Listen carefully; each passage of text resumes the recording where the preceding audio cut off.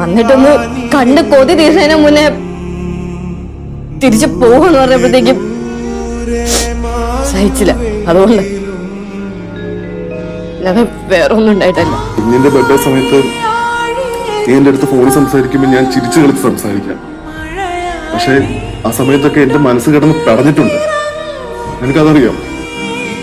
എനിക്കത്ര സങ്കടമായതുകൊണ്ട് ഞാൻ അറിയാതെ